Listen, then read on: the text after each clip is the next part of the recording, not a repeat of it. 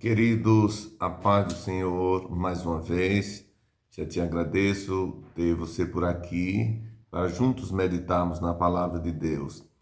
Primeira Epístola de Pedro, capítulo 1, versículos 3 e 4, que nos diz o seguinte: Bendito seja o Deus e Pai de nosso Senhor Jesus Cristo, que segundo a sua grande misericórdia nos gerou de novo para uma viva esperança pela ressurreição de Jesus Cristo dentre os mortos, para uma herança incorruptível e incontaminável e que se não pode murchar, guardada nos céus para vós. O título desse texto que a gente leu diz o seguinte: ação de graças pela esperança da salvação.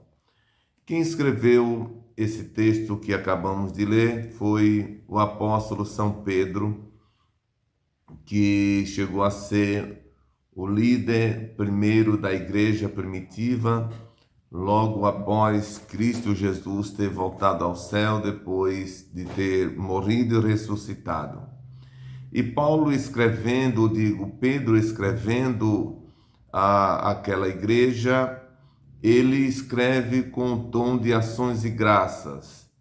Ações de graças significa felicidade e alegria. E é isso que ele começa dizendo no versículo de número 3, quando ele diz: Bendito seja o Deus e Pai de nosso Senhor Jesus Cristo. Havia uma razão pela qual Pedro se encontrava alegre, e a alegria que ele sentia, ele atribuía a razão, o motivo a Deus. Porque, queridos amigos, irmãos, Deus, ele é sim o Criador, é ele que motiva, é ele que cria a situação para a nossa alegria, para a nossa felicidade. Nós devemos entender isso, que na hora da nossa alegria, da nossa felicidade, devemos atribuir a glória, a honra ao Senhor nosso Deus, e Pedro está fazendo isso exatamente. E o que era que levava Pedro a estar feliz? Ele segue no versículo de número 3, que segundo sua misericórdia nos gerou de novo para uma viva esperança pela ressurreição de Jesus Cristo dentre os mortos. Então, o que levava Pedro a estar feliz era exatamente a nova vida que a igreja, que todo aquele que aceita Jesus passa a desfrutar. Ele chama aqui da misericórdia de Deus que gerou eles de novo. Ou seja, Pedro mostra que a razão desse novo nascimento é uma questão da misericórdia de Deus. Ele chama isso de gerar de novo. A palavra gerar é fazer existir. Assim como humanamente um dia não existíamos e uma outra vez passamos a existir por meio do nascimento, o novo nascimento, que é aquela experiência que temos com Deus no momento que o aceitamos como Salvador, aceitando a mensagem do Evangelho, a Bíblia também chama isso de uma geração, e no texto de um novo nascimento. E Pedro frisa muito bem que isso é um fruto da misericórdia de Deus. E vendo essa misericórdia de Deus na vida dos crentes, na vida da igreja, e eles vivenciando esse novo nascimento, que ele chama de uma nova geração, ele exalta a Deus, ele se alegra em Deus pelo fato de isso ser uma realidade na vida daquela igreja. E ele continua dizendo: esse novo nascimento, que é o fruto da misericórdia de Deus, ele gerou para uma viva esperança. Uma viva esperança. A esperança de um dia, queridos irmãos, o crente ir ao céu, meu querido amigo, é uma viva esperança, não é uma esperança que morre, uma esperança que termina, mas ela é viva por ser ela verdadeira. E ele continua dizendo, pela ressurreição de Jesus Cristo dentre os mortos. O que garante essa esperança seguir viva na vida de todos aqueles que têm a experiência do novo nascimento? É por conta da ressurreição de Cristo. A Bíblia mostra que Jesus, ele morreu, ele foi sepultado. Mostra também para nós a Bíblia que ele ficou 3 dias na sepultura, mas ao terceiro dia ele ressuscitou. Se Jesus tivesse vindo como veio, sofrido como sofreu, morrido como morreu, não houvesse ressuscitado, todo o sacrifício que ele tinha feito antes da ressurreição era inválido, ou seja, nós, como seres humanos, estávamos perdidos, não tinha para nós uma saída de salvação. Por isso que ele disse, eu sou o caminho, a verdade e a vida, ninguém vem ao Pai senão por mim.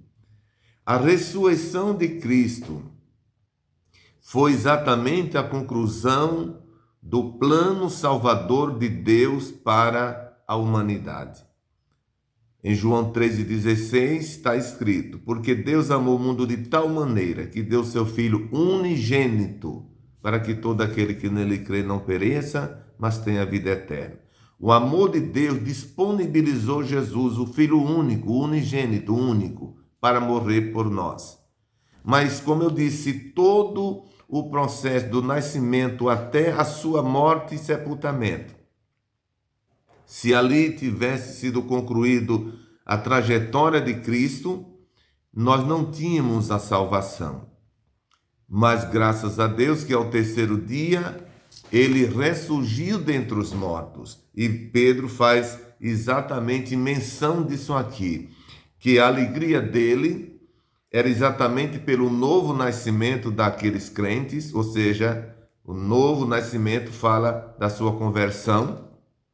Isso se deu por conta da misericórdia de Deus, não é?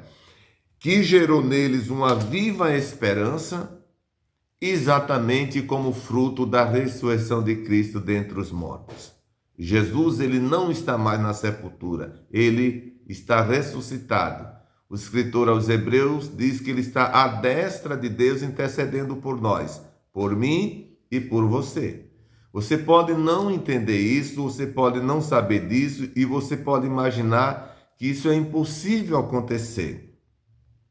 Mas a razão da sua existência, da minha, da nossa existência, é porque Cristo está à destra de Deus intercedendo por todos nós. A palavra destra significa ao lado direito, é lá onde ele está agora. Ele esteve aqui sofrendo e morreu por nós. Mas agora ele está junto ao Pai, intercedendo por nós, pedindo ao Pai por nós. Por isso, a nossa existência, por isso, a oportunidade que estamos tendo de ouvir esta palavra. Ainda no versículo de número 4, Pedro ele segue dizendo que Jesus ele nos ressuscitou, ou ele ressuscitou dentre os mortos, gerou em nós a viva esperança, para quê? Olha o versículo 4. Para uma herança incorruptível e incontaminável, que não se pode murchar, guardada para nós nos céus. Olha lá, uma herança incorruptível. A esperança da igreja está em uma herança. O que é herança? Herança é um bem. E quando falamos de herança, sempre estamos falando daquilo que os pais deixam para os seus filhos. Não é assim?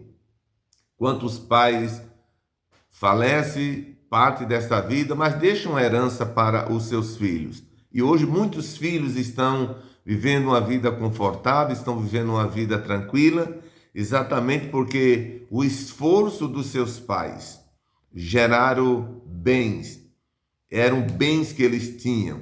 Enquanto não morreram, chama-se bem dos pais. Mas quando os pais partem daqui para a eternidade, passa a sair a expressão bem para herança. Por quê? O herdeiro ou os herdeiros, que são os filhos, passam a ser proprietário daquilo que se chamava bens, que era dos pais, eles passam a ser herdeiro e logo passa a ser herança. Ou seja, eles herdaram o que os pais construíram.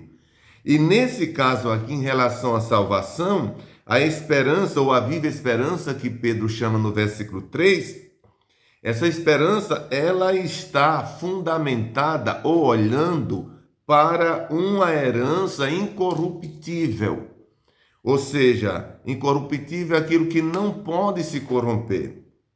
Muitas heranças aqui, elas podem se corromper. A palavra corromper aqui significa se gastar, deixar de existir. Como, por exemplo, um carro, uma casa, uma roupa e etc. Isso se corrompe porque tem o seu tempo de vida útil e um dia vai se acabar. Principalmente se não houver as prevenções corretivas ao seu tempo.